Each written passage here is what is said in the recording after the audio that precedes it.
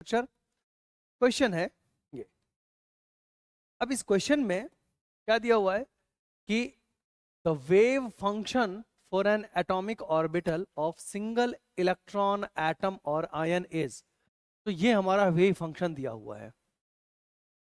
इस wave function में यहाँ पे सिग्मा यूज किया गया है और सिग्मा का मतलब दिया गया है 2ZR upon N A not, और ए नॉट जो है वो हमारा 0.529 एंगस्ट्रॉम है, यानी कि हाइड्रोजन एटम का पहला रेडियस है। सो बाकी बोल रहा है कि all other parameters have their usual meaning. तो इसमें क्वेश्चन पूछा है कि number of radial and angular nodes for the orbital is respectively.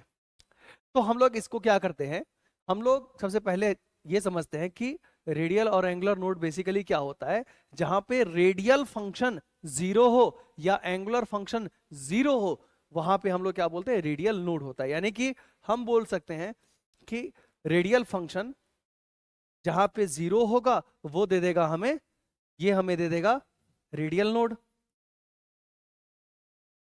और जहां पर में हमारा एंगुलर फंक्शन, जहां पे हमारा angular function theta comma phi ये जीरो हो जाएगा, ये क्या दे देगा हमें, ये हमें दे देगा एंगुलर नोड, ये दे देगा हमें एंगुलर नोड।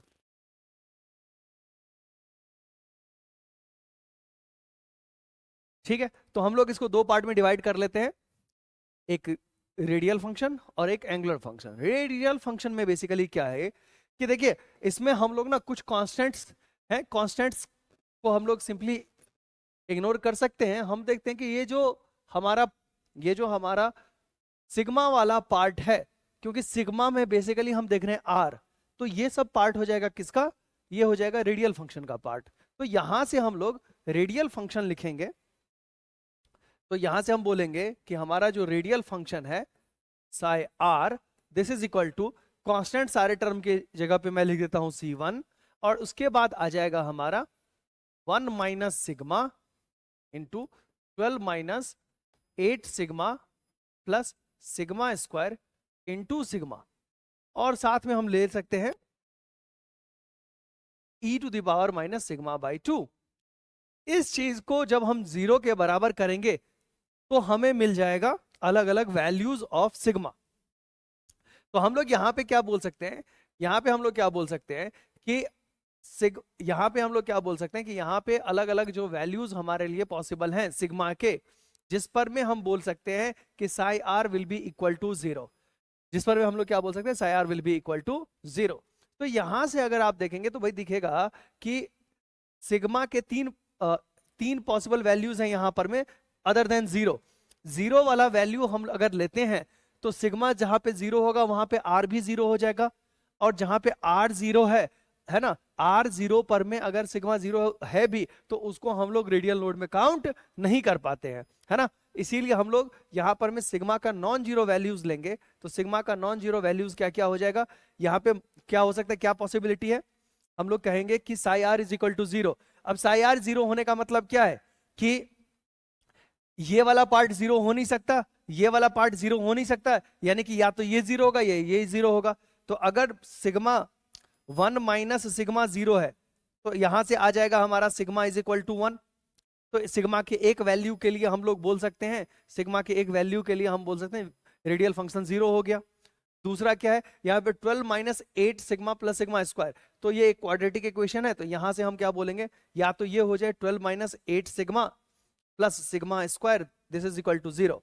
अगर ये है तो यहां से सिग्मा का दो वैल्यू आएगा, और सिग्मा का वैल्यू क्या क्या आएगा, तो 8 सिग्मा का मतलब ये 6 plus 2 6 sigma plus 2 sigma minus sign के साथ बोल सकते हैं हम लोग। तो बेसिकली ये क्या हो जाएगा, सिग्मा इज इक्वल टू क्या हो जाएगा 2,6। तो ये टोटल तीन वैल्यू हमारे सिग्मा के लिए आ रहे हैं। यहां पे हम लोग सिग्मा का वैल्यू 1, 2 और 6 अगर पुट कर देते हैं तो हमें आर का अलग अलग वैल्यूज मिल जाएगा। ठीक है, सो इन आर के अलग अलग वैल्यूज के लिए हम बोल सकते हैं कि जो हमारा रेडियल फंक्शन है वो जीरो है। ठीक है, तो हम यहां से बोल सकते हैं, यहां से हम बोल सकते हैं कि देयर आर 3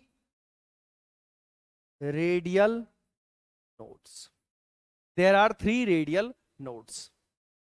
ठीक है, इसके बाद हमें देखना है कि एंगुलर फंक्शन क्या है। तो एंगुलर फंक्शन में भी अगेन कुछ कांस्टेंट रहेंगे और उसके बाद क्या आ जाएगा हमारा cos थीटा। फाई वाला टर्म यहां पे है नहीं, तो हम लोग इसको यहां पे लिखेंगे। जो हमारा एंगुलर फंक्शन है, एंगुलर फंक्शन को हम लोग ऐसे लिख लेते हैं थीटा कॉमा फाई, और ये हमारा जो एंगुलर फंक्शन है ये क्या हो गया हमारा constant C2 into cos theta. ठीक है, ये हो गया हमारा cos theta.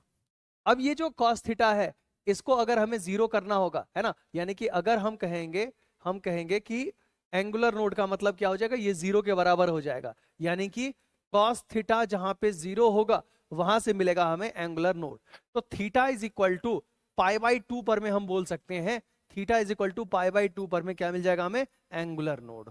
Theta is equal to pi by 2 पर में हमें क्या मिल जाता है, एंगुलर नोड। ठीक है, तो यहां से हमें मिला एक एंगुलर नोड, यहां से हमें क्या मिला, 1 एंगुलर नोड। ठीक है ना, यहां से हमें मिल गया एक एंगुलर नोड। तो टोटल कितने नोड हो गए, 4, जिसमें से 3 जो नोड है, जो 3 नोड है वो रेडियल नोड है और एक जो है वो हमारा एंगुलर नोड है। तो यहां से हम बोल सकते हैं कि option A is the correct choice. So I hope you understood this.